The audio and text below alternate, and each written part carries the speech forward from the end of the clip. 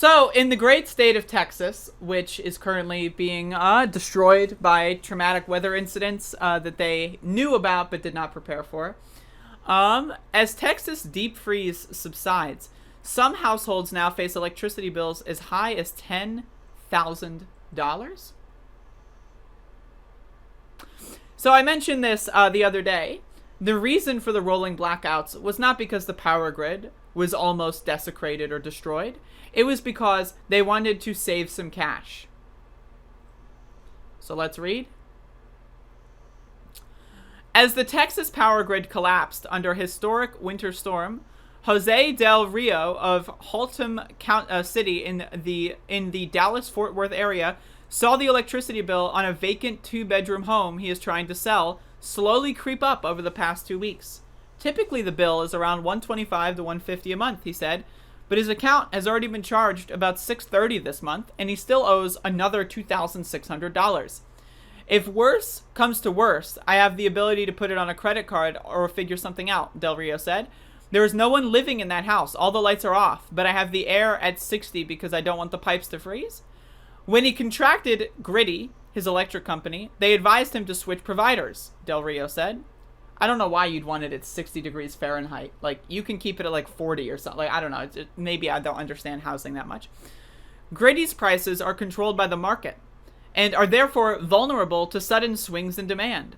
With the extreme weather, energy usage has soared, pushing up wholesale power prices to more than $9,000 per megawatt hour, compared to the seasonal average of $50 per megawatt hour. Does anyone want to do the math on the percentage increase? In the face of the soaring costs, Gritty has been directing consumers to consider temporarily switching electricity providers to save on their bills. Gritty did not respond to NBC News' request for comment. The Electric Reliability Council of Texas, or ERCOT, which manages power for about 90% of the state's electrical load, was unprepared for the frigid conditions of the past 2 weeks. The primary electrical grid was hit with the off-the-charts demand for power as Texans tried to heat their homes, demand that outpaced utility officials' highest estimates for an extreme peak load. I'm already taking responsibility for the current status of ERCOT, Governor Greg Abbott told reporters on Thursday. Customers outside the ERCOT service area have also been hit with a sticker shock. Veronica Garcia, a Reliant Energy consumer in Mansfield, Texas, told NBC News her bill is projected to be twice as much as she typically pays for a month of electricity. She said she last paid $63 on February 11th to power her one-bedroom apartment, but her bill is projected to be between $114 and $133 in March, according to documents reviewed by NBC News. Her home didn't have power for about 3 hours Tuesday morning. But since the storm hit, she hasn't been using much power. She left her apartment Tuesday to stay with her mother-in-law because of the cold. Hopefully, if they're decent, they won't charge people for this because we had no control over the situation, said Garcia, who is an administrative associate at UT Southwestern Medical Center. Hopefully, I can beat the charges and they do the right thing. If I can be the narrator here, they will not do the right thing. Reliant Energy spokesperson Megan Talley told NBC News that it is offering flexible bill payment options to support customers impacted by the storm. It said customers should contact the company directly so we can work with them through this difficult time. Obviously, all of this, electricity debt needs to be forgiven by the governor or the government of the federal government. Joe Biden needs to go in there and say all of your electric bills are paid for. This is ridiculous. This is absolutely fucking ludicrous. Encore Electricity Delivery, which distributes wholesale electricity for Reliant Energy, did not respond to NBC's request for comment. Texas laws protect consumers from companies exploiting material disasters for profit, but it is unclear if these laws can be extended to protect electric consumers slapped with large bills, said Keegan Warren Clem, a managing attorney at the nonprofit Texas Legal Services Center. Federal programs such as the Low-Income Housing Energy Assistance Program might protect energy consumers who qualify from the high charges. She said if they don't qualify for the federal program, A customer can look into bill assistance programs that through charities or churches, she said. Or why don't we just use the fucking federal government to pay for this? First of all, utilities should be nationalized, should be public, utilities to begin with. There should be no private utilities. To me, as far as I'm concerned, that's a crime against humanity. Second of all, forcing people to pay for electricity, right, that they just used in the similar fashion, right? I get it. If people used to heat their home, right, and they used more electricity, right, charge them more for that, whatever. Okay, whatever. But to raise the price from $50 per megawatt hour to $9,000 per megawatt hour, which means that their rate of consumption is not only going to increase, but the amount that they have to pay per rate of consumption,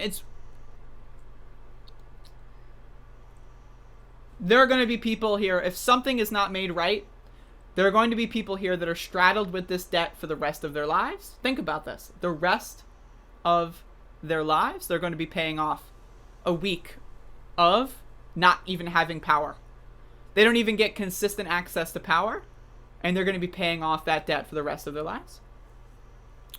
Federal programs, I already read that. There are limited options available for the absence, blah, blah, blah. I already read that. Customers may be able to work with their credit card issuers on a plan to cover the bill over time. Again, they shouldn't have to cover the bill over time. It's disgusting. The last thing an awful lot of people need right now is a higher electric bill, and that's unfortunately something a lot of people will get stuck with, Schultz said. Royce Pierce and his wife Danielle, who live in Willow Park, west of Dallas, have been watching their electricity bill tick up by nearly $10,000 in the last few days for their 3-bedroom home.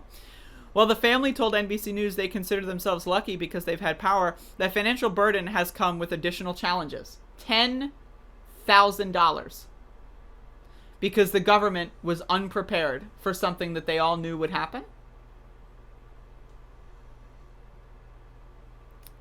Since the family is on a variable rate plan with Griddy, the company automatically debits the bill as they use electricity. Danielle said she closed the debit card connected to their electricity bill because Griddy wiped it out. The family, again, so not only are they paying more without knowledge that they're paying more, but they're getting their money stolen from them in real time. Their money is getting stolen from them in real time. The family has been using separate accounts and credit cards to pay for necessities as the storm goes on. We are hoping there will be relief, Royce said. There is something maybe we can skate. This is something maybe we can skate by and tackle as time goes on. But how many people can't? A lot. And keep in mind, Joe Biden is still going out there saying $1,400 relief checks. How does a one-time $1,400 check fix this? It's just disgusting. It's disgusting. I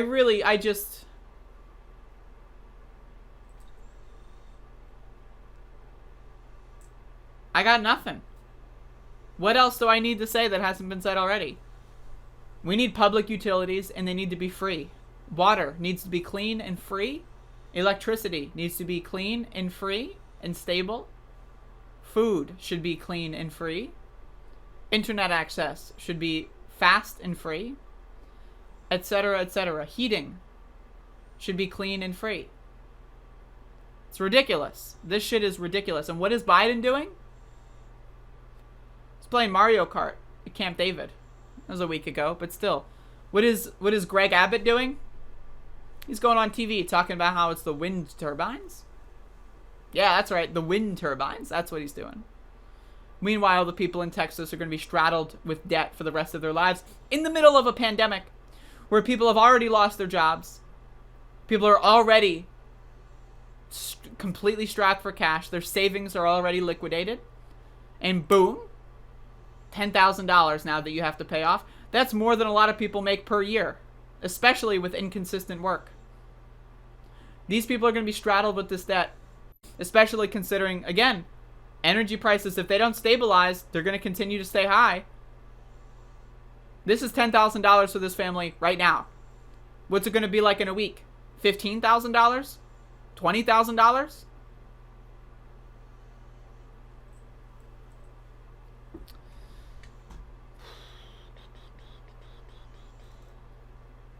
Not good. Believe me, not good. It's mind-boggling.